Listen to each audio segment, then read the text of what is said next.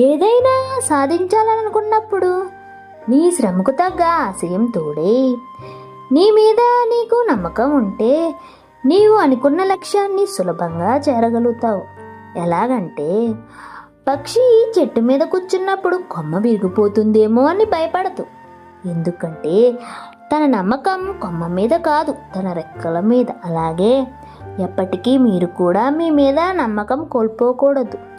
అర్థమైందనుకుంటా.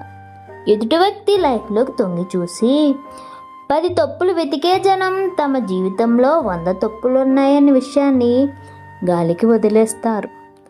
అర్థమైందనుకుంటా. ప్రశాంతంగా జీవించాలంటే ఎదుటివారు మారాలని ఆశించవద్దు, మార్చాలని కూడా ప్రయత్నించవద్దు. మీరే మారండి. అప్పు పిందుకున్న సొట్టను నైపుణ్యంతో తొలగించవచ్చు, కానీ మట్టి కుండకున్న సొట్టను తొలగించే ప్రయత్నం చేస్తే అస్సలు పనికి రాకుండా పోతుంది. అందుకే మార్చగలిగిన వారిని మాత్రమే మార్చే ప్రయత్నం చేయాలి.